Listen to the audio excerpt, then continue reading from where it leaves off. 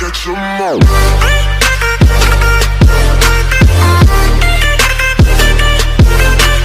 Assalamualaikum warahmatullahi wabarakatuh. Apa kabar Anda semua? Mudah-mudahan dalam keadaan sehat walafiat. Setelah sekian lama kita tidak melakukan tatap muka, sekarang kita kembali melakukan interaksi meskipun secara daring. Sebenarnya saya selama ini agak bingung mencari media yang tepat, karena kita harus kuliah secara online. Karena itu pertama kali saya mohon maaf. Mungkin interaksi kita, diskusi di WA group banyak kurangnya daripada lebihnya. Karena itu untuk menutupi segala kekurangan itu, saya coba merekam beberapa tanggapan saya terhadap presentasi yang telah dipaparkan di WA group, termasuk tanggapan terhadap makalah. Oleh karena itu saya harap Anda semua mengikuti dan menonton video rekaman ini sampai selesai. Nah, termasuk untuk soal UAS, bahan-bahan UAS, ujian akhir semester itu dari video ini kita ambil. Oke, saya mulai tanggapan terhadap makalah yang membahas tentang hadis man tashabbaha biqaumin fahuwa minhu. Ketika saya simak diskusi di grup WA, saya lihat bahwa pembahasan tentang hadis ini itu agak sengit sekali antara satu kaum dan kaum lain, antara kaum Alex dan kaum Nawawi dan Irwan dan Natasha dan lain-lain, itu kayaknya agak hangat sedikit. Karena itu saya pikir penting untuk saya respons. Kalau kita lihat hadis ini, man tashabbaha biqaumin fahuwa minhum. Siapa yang menyerupai satu kaum, maka dia termasuk kepada kaum tersebut. Kata man, kalau kita pelajari dalam usul fikih, itu memang menunjukkan salah satu sighat yang am. Man tashabbaha biqaumin fahuwa minhum. Jadi siapa saja yang menyerupai satu kaum, maka dia termasuk kepada kaum tersebut. Oke. Jadi pertanyaannya begini. Man tashabbaha biqaumin fahuwa minhum. Apakah menyerupai suatu kaum dalam semua hal itu dapat dikategorikan golongan tersebut? Contoh, misalnya, apakah misalnya tiup lilin ya? Ketika kita tiup lilin atau ulang tahun, perayaan ulang tahun, itu kan tradisinya tidak ada dalam tradisi Islam misalnya. Tidak dipraktikkan oleh Nabi, tidak dipraktikkan oleh sahabat. Kemudian itu dimulai pada sebagai tradisi non-muslim, apakah itu Yahudi dan Nasrani. Kemudian apakah meniru orang tersebut dalam perkara ulang tahun itu masuk dalam kategori hadis man tashabbaha biqaumin fahuwa minhu ataukah tidak? Nah, saya ingin kasih gambaran begini ya. Saya ingin ajak Anda berpikir. Saya tidak mau kasih jawaban secara pasti, tapi saya akan ajak Anda berpikir. Gini, dalam tradisi Islam ya, dalam tradisi Muslim itu banyak sekali tradisi yang diambil dari tradisi-tradisi kaum non-Muslim. Kita lihat misalnya bentuk rumah ibadah, masjid misalnya. Menara itu bukan arsitektur yang bersumber dari orang Muslim. Inspirasinya itu dari kaum Majusi. Karena menara pada saat itu digunakan sebagai tempat untuk penyembahan api pada saat itu. Kemudian begitu juga Kubah. Kubah juga bukan tradisi dari Muslim, itu tradisi dari non-Muslim. Nah, apakah orang Muslim, bahkan hampir seluruh masjid di dunia ini, itu bentuknya ada Ka'bah, ada menara, yang menggunakan tradisi bukan tradisi Muslim, tapi tradisi yang diambil dari tradisi non-Muslim. Apakah penggunaan itu masuk dalam kategori man tashabbaha biqaumin fahuwa minhu, apakah tidak? Saya kasih contoh lain. Toilet ya, itu bukan tradisi Muslim. Toilet yang pakai kloset itu water gloves ya. Toilet. Nah, kemudian itu juga bukan buatan orang Muslim. Itu buatannya orang misalnya Nasrani, apakah Yahudi dan lain-lain. Nah, apakah menggunakan toilet yang kadung sudah digunakan pertama kali oleh orang Yahudi dan Nasrani itu disebut sebagai man tashabbaha biqaumin fahuwa minhu, apakah tidak? Ini jadi pertanyaan. Nah, dalam konteks apa hadis ini dapat berlaku? Mari kita simak. Kalau saya bagi, setidaknya para ulama ataupun sarjana itu terbagi dalam 3 kutub yang agak ekstrim ya. Kutub pertama, mereka yang berpendapat bahwa hampir semua hal ya, yang itu berasal dari non-muslim, bukan tradisi muslim, itu harus ditolak. Misalnya ulang tahun misalnya, kalau itu menyerupai tradisi non-muslim, maka itu harus kita tolak. Bahkan ada yang sampai kalau gantung pakaian itu kan berbentuk salib. Karena itu kalau dia berbentuk salib, ini bukan tradisi Islam, ini menyerupai orang kafir, maka itu juga ditolak. Nah, ada yang sampai ekstrim pada tahap itu. Itu kelompok pertama. Ini saya kategorikan mereka dalam kelompok pertama. Kelompok kedua, ada orang yang agak longgar sekali ya.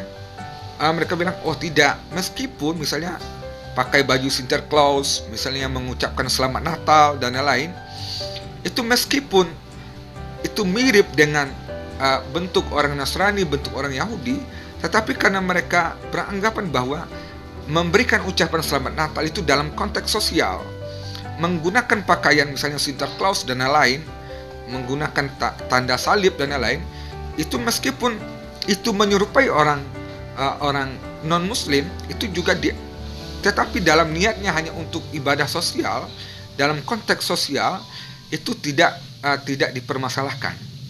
Ini kelompok yang agak longgar sama sekali. Sedangkan kelompok ketiga adalah mereka yang coba menurut saya tidak terlalu ekstrim dan juga tidak terlalu longgar. Misalnya kalau kita lihat misalnya pendapat Syekh Yusuf Al-Qaradawi, itu beliau saya agak sependapat dengan Syekh Yusuf Al-Qaradawi. Beliau bilang gini, apa standarnya sehingga hadis ini dapat berlaku? Man tasyabbaha biqaumin fahuwa minhum. Itu standarnya apa? Beliau bilang, kalau suatu tradisi itu ketika kita menggunakan tradisi itu, memakai tradisi itu, kemudian kita dicap sebagai orang non muslim, maka itu tidak diperbolehkan. Karena dia terkategori dalam hadis ini. Karena kenapa? Kalau dilihat konteks hadis itu ketika disampaikan oleh Nabi, ya, beliau menyuruh untuk mencukur kumis, memanjangkan jenggot. Itu kan konteksnya adalah supaya khaliful Yahudi, khalifun Nasara, agar kita menyelisihi bentuk orang kafir, menyelisihi bentuk orang Nasrani dan Yahudi. Itu konteks hadis itu. Karena itu bagi Syekh Yusuf Al-Qaradawi, kalau suatu tradisi itu dilaksanakan orang secara umum, baik muslim ataupun non muslim atau kafir ataukah tidak, maka itu tidak termasuk dalam kategori man tasyabbaha biqaumin fahuwa minhu.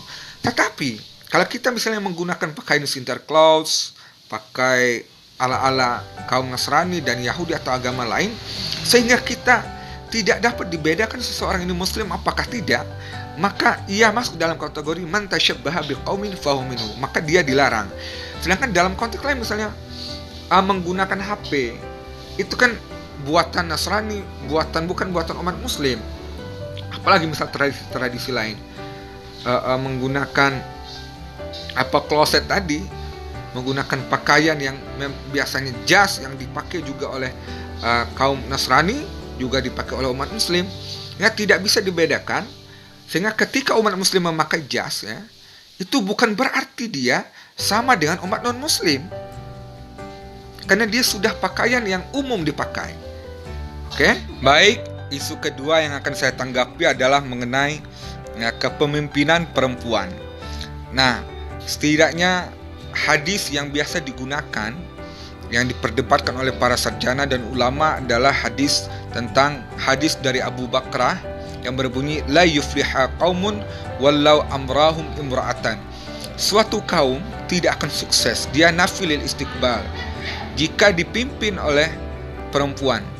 La yufliha qaumun wallau amrahum imra'atan. Bagi mereka yang memahami hadis ini secara tekstual, kemudian juga didukung oleh ayat-ayat Al-Quran, misalnya ar-rijalu qawwamuna 'alan nisa bima faddalallahu ba'dahum 'ala ba'din.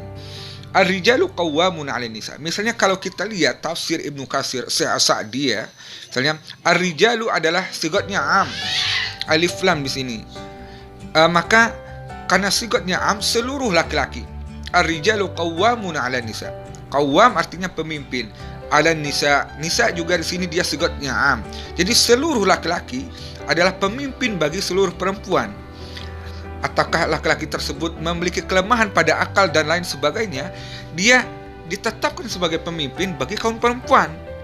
Apakah perempuan itu memiliki ciri khas kepemimpinan ataukah tidak, pikiran kepemimpinan ataukah tidak, dia tetap merupakan dipimpin oleh seorang laki-laki. Karena itu, karena sigatnya am, misalnya dalam tafsir Sa'di juga an-nisa sigatnya am, maka ar-rijalu seluruh laki-laki adalah pemimpin bagi seluruh perempuan. Nah, itu pandangan yang agak tekstual.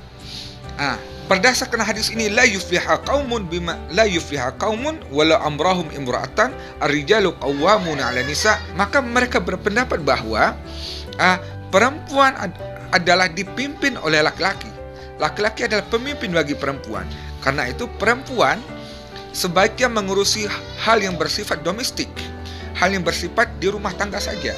Sedangkan perkara-perkara yang bersifat perpolitikan, kepemimpinan, baik sebagai hakim, baik sebagai presiden dan lain sebagainya, itu diserahkan laki-laki kepada laki-laki. Kalau kita lihat lagi, misalnya dalam tafsir Turas ya, tafsir klasik, kenapa ar-rijalu qawwamuna 'ala nisa? Karena ya, ini umum dalam kitab-kitab tafsir, karena perempuan itu akalnya lemah. Karena itu dia harus dipimpin oleh laki-laki. Perempuan akalnya lemah, nafsunya besar,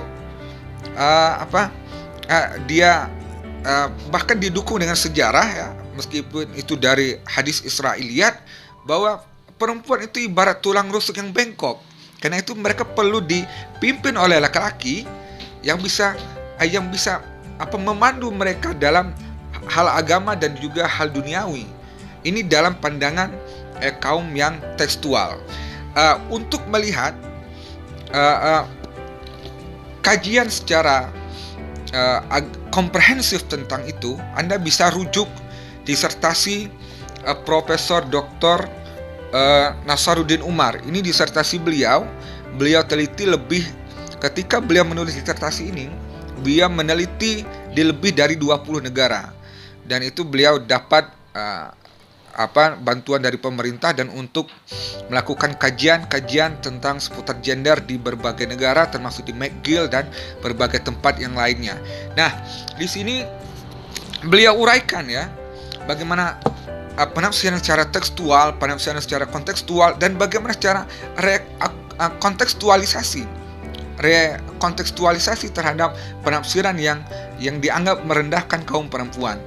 Beliau memberikan dalil-dalil yang lengkap di dalam kitab ini. Tapi saya juga baca disertasi dari Dr. Yudian Wahyudi, yang kemarin beliau adalah mantan rektor UIN Sunan Kalijaga.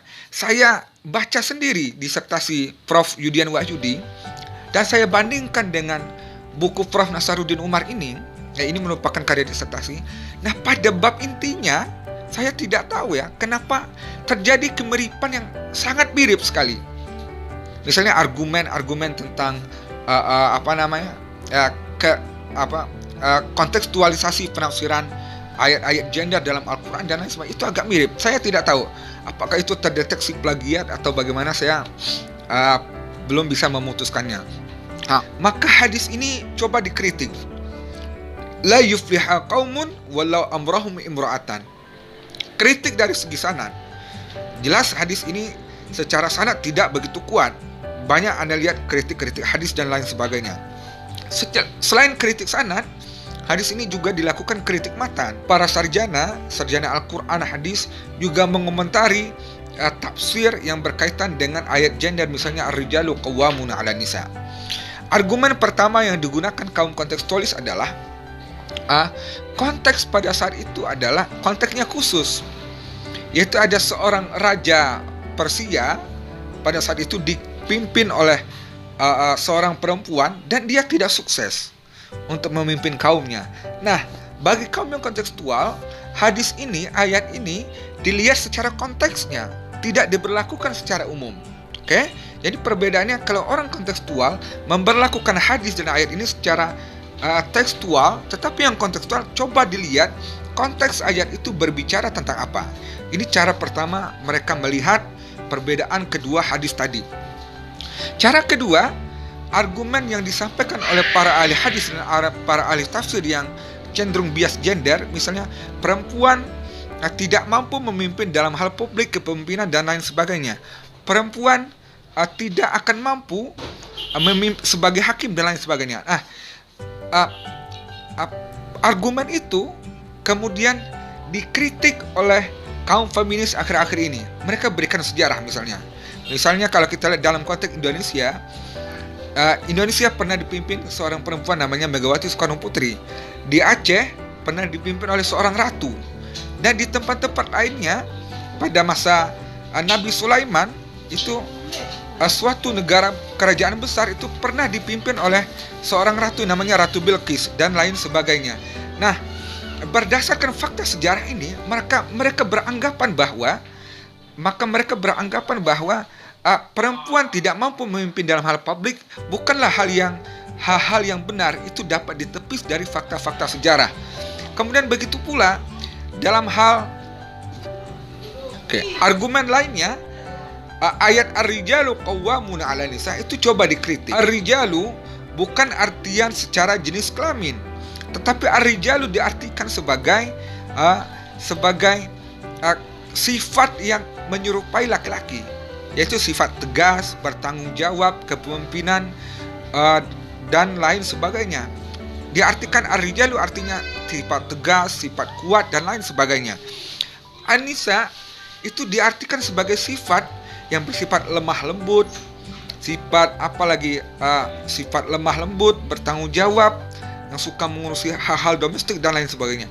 Jadi terjemah dari ar-rijalu qawwamuna 'alan nisa bukanlah arti laki-laki, sifat laki, bukan arti laki-laki dalam hal jenis kelamin adalah pemimpin bagi jenis kelamin perempuan. Tidak seperti itu bagi kaum kontekstual. Tetapi ar-rijalu, sifat kelaki-lakian, adalah pemimpin bagi mereka yang memiliki sifat keperempuanan.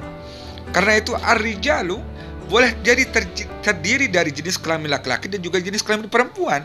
An-nisa boleh jadi terdiri dari jenis kelamin laki-laki dan juga perempuan. Nah, dengan cara ini kaum kontekstual yang cenderung feminis, kaum feminis yang cenderung kontekstual mencoba mengkontekstualisasi penafsiran ayat tersebut.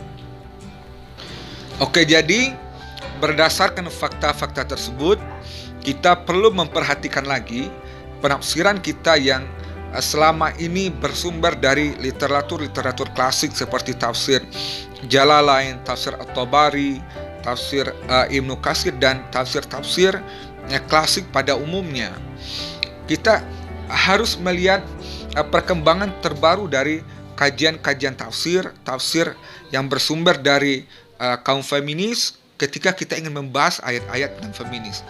Oleh karena itu, terbuka pemikiran-pemikiran baru, kontekstualisasi penafsiran-penafsiran baru dalam menafsirkan Al-Quran dan juga dalam memahami hadis. Mungkin demikian tanggapan saya tentang kepemimpinan perempuan. Assalamualaikum warahmatullahi wabarakatuh.